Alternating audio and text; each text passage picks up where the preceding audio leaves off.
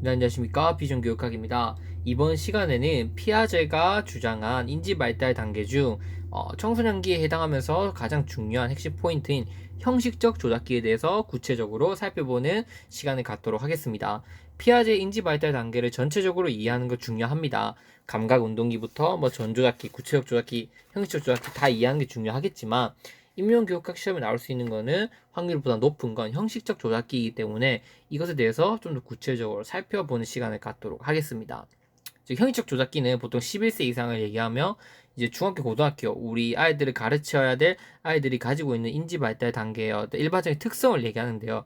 이 형식적 조작기 중에서 나올 수 있는 핵심 키워드는 딱 두 가지가 있습니다, 여러분. 이 두 가지 잘 들으셔야 됩니다. 첫 번째는 뭐냐면 설명드리고 구체적으로 세부적으로 제가 하나하나 분석해 보도록 하겠습니다. 첫 번째는 형식적 조작기 안에 들어가 있는 네 가지 인지 발달의 어떤 키워드들, 그러니까 인간이 형식적 조작기에 도달하게 되면 어떤 사고를 가지게 되는지 이 네 가지 사고에 대해서 여러분들이 설명을 할 수 있어야 됩니다. 즉 가설 연역적 사고는 무엇고 가설 연역적 사고의 예시는 무엇이 있으며 또 추상적 사고, 조합적 추리, 반성적 추상이라고 하는 이 네 가지 사고의 어떤 키워드 정의와 그리고 예시들을 준비해 놓으시는 게 필요하다. 이렇게 말씀을 드릴 수 있습니다. 이게 첫 번째 중요한 핵심 포인트라면 두 번째 포인트는 무엇이냐면 인간이 이렇게 형식적 조작기 단계에 이르게 되면 구체적 조작기 단계와는 다르게 인지가 급격하게 발달하게 됩니다. 즉 가설 연역적 사고라든지 반성적 추상, 조합적 추리, 추상적 사고 이러한 인지 발달을 가지게 되는 것은 인간의 인지가 급격하게 발달하게 되는데 이런 급격한 인지 발달의 과정 속에서 청소년기에 타인과 나의 인지를 정확하게 구별해내지 못하는 그런 상황 속에서 우리는 두 가지 청소년 자아 중심성 청소년기에 나타나게 되는 자아 중심성의 특징을 보이게 됩니다. 이거는 왜 일어나는 거냐면 인지가 너무 급격하게 발달하다 보니까 청소년기 아이들이 자신의 인지와 타인의 인지를 명확하게 구분해내지 못하는 과정 속에서 발생하는 게 바로 청소년기의 자아 중심성이라고 할 수 있습니다. 이건 엘킨드라는 학자가 주장을 했으며 자신의 사고와 그래서 이 청소년기 자아 중심성을 여러분들이 보셔야 될 거는 자신의 사고와 그 다음에 타인의 사고, 타인의 생각을 얘기하는 거죠. 이 두 개를 어떻게 비교하는지를 보셔야 되는 거예요. 그래서 이 두 가지 사고를 구분을 할 때 과소 구분을 하고 있는지, 그러니까 타인의 내 생각한 것과 나의 생각이 크게 다르지 않다. 과소평가해서 구분을 하고 있는지, 과대 구분을 해석하는지, 타인과 사고와 타인에게 일어날 수 있는 것과 나에게 일어날 수 있는 것은 완전히 다르다. 이렇게 과대 구분을 하고 있는지에 따라서 이 두 가지 이렇게 과소 구분과 과대 구분에 따라서 청소년기의 자아중심성이 나타난다는 겁니다.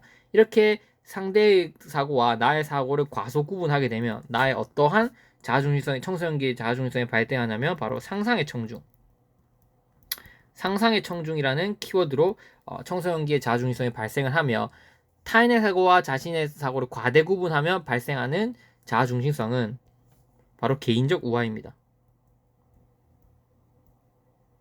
그러니까 이렇게 형식적 조작기 단계에 이르면서 개인의 인지가 급격하게 발달하는 상황 속에서 자신의 사고와 타인의 사고 간에 구분하지 못한 너무 적게 구분했을 때는 상상의 청중 내가 나한테 관심이 생기는 것만큼 타인도 나한테 관심이 있을 거야. 그러니까 거울을 엄청 자주 보게 되고 옷도 계속 꾸미게 되는 거죠. 내가 내 신체가 급격하게 발달하고 내 인지가 워낙 급격하게 발달하다 보니까 내가 내한테 관심이 있는 만큼 타인도 나한테 관심이 있다고 생각하는 거예요. 이게 과소구분입니다. 과대구분은 타인에게 일어나는 것과 나에게 일어나는 것은 좀 다르다 이렇게 얘기하는 거죠. 나한테만 일어나는 우정, 나한테만 일어나는 사랑 이런 것들이 얘기하는 걸 바탕으로 자기 중심적으로 생각하는 것을 개인적 우화라고 합니다. 그래서 이것들에 대해서도 구체적인 개념과 예시를 아는 게 중요합니다.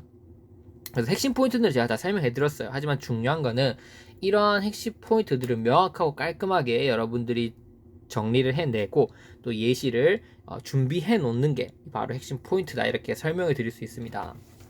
그러면 구체적으로 이 핵심 키워드들에 들어가기 앞서서 도대체 형식적 조작기가 무엇인지 형식적 조작기의 정의부터 한번 먼저 살펴보고 가도록 하겠습니다.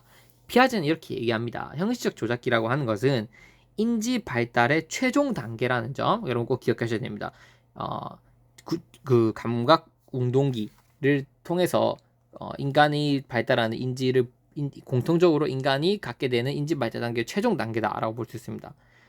최종 단계로서 여러 변인을 동시에 고려해서 연역적으로 가설을 설정하고 그 다음에 논리적이고 체계적으로 문제를 해결하는 능력이 나타나는 시기이다. 그래서 핵심 포인트는 뭐다?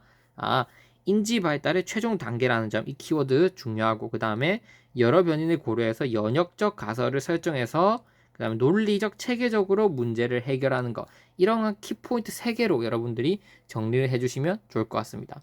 통상 11살 이후에 나타나는 어떤 그 시기적으로 나타나는 발달 단계를 얘기합니다.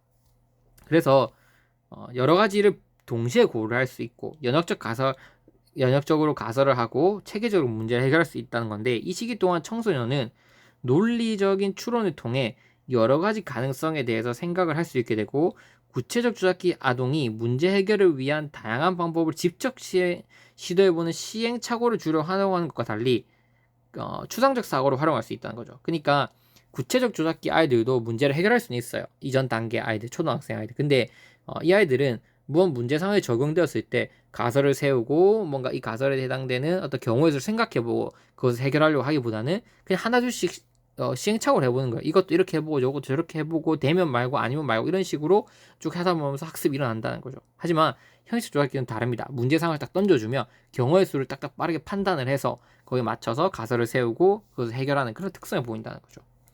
그래서 또한 새로운 환경에서 과거의 경험에 비추어 문제를 해결하는 귀납조 추리, 나의 경험들을 쭉 모아서 하나의 결론을 도출하는 거죠. 내 머릿속에 들어있는 여러 가지 경험들을 모아서 하나의 그 원리를 도출하는 귀납조 추리와 또 그 다음에 주어진 조건들의 조합을 통해 새로운 가설을 만들어내는 연역적 사고가 가능해진다.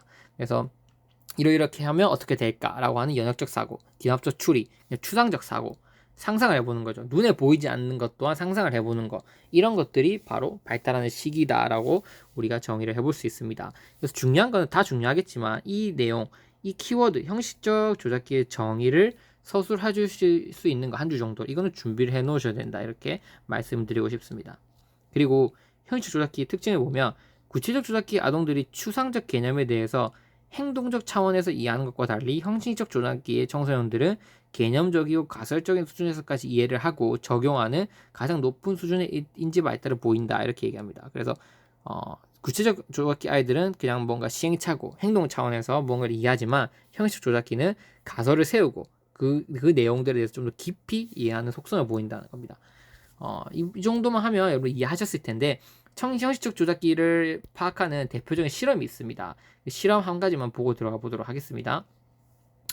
형식적 조작기와 구체적 조작기의 차이를 잘 보여주는 예로 피아제의 무색 용액을 활용한 실험이 있다. 이 실험에서 무색의 액체가 담겨 있는 두 개의 비커에 이렇게 무색 액체가 이렇게 담겨 있습니다. 각각 다른 종류의 대체 용액을 첨가해서 스포이드로 용액을 떨어뜨린 거죠. 하나는 무색이 이 용액을 떨어뜨려 여기 그대로 무색이 됩니다. 하지만 하나의 비커는 노란색. 이 비커에 담겨 있는 무색 액체에 어떤 용액을 떨어뜨리니까 이게 노란색으로 바뀌는 거죠. 그리고 실험 참가자들에게 4개의 무색 액체를 주는 겁니다. 이제 이렇게 4개의 무색 액체를 주고 그중 하나를 사용하거나 혹은 여러 개를 조합해서 새롭게 만들어진 용액이 노란색이 되도록 주문했다. 그래서 아까 보았듯이 뭐가 뭔지는 모르지만 두 가지를 조합했을 때 노란색이 나온다는 걸 보여줬어요. 그리고 어떤 걸 조합하면 무색이 된다는 것도 보여줬어요. 그럼 이렇게 이걸 보여주고 4가지 무색 액체를 주고 한번 노란색이 되도록 한번 너네들 해봐라, 이렇게 제시를 한 거죠. 이렇게 딱 제시를 했을 때 형식적 조작기 학생들은 만들어낸 용액의 조합 목록을 적거나 처음에 2개의 용액을 먼저 혼합하고 원하는 결과가 나오지 않으면 3개를 혼합하는데 체계성을 가지고 시도를 한다. 그래서 이게 A, B, C, D 순서를 붙이는 거예요. 그래서 A, B, A, C, A, D 해보고 B, C, B, D 해보고 B, D 해본 다음에 안 되면 또 A, B, C 그 다음 A, B, D 이런 식으로 체계적으로 이 무색 액체 용액에다가 그 이름을 붙이고 다시 했던 것들은 반복되지 않도록 이렇게 체계적으로 시도를 하는 모습을 보여요. 하지만 구체 조작기 아동들은 그냥 4개 주면 무작위로 아무데나 막 혼합해보면서 시행착오를 겪는 방식으로 문제를 해결하려고 했다는 거죠. 이걸 통해서 알 수 있는 게 뭐다? 형식적 조작기 아이들은 문제 상황을 볼 때 무언가 자기 나름대로 논리적이고 체계적으로 사고를 할 줄 아는구나. 그것들을 판단할 수 있는 게 뭔가 가설을 세우고 연역적으로 추론하거나 귀납적으로 추리하거나 또 추상적으로 상상을 하거나 이런 것들을 가능한 단계에 도달하였구나라고 이 실험을 통해서 피아제가 알게 되었다. 우리가 이렇게 정리를 해볼 수 있습니다.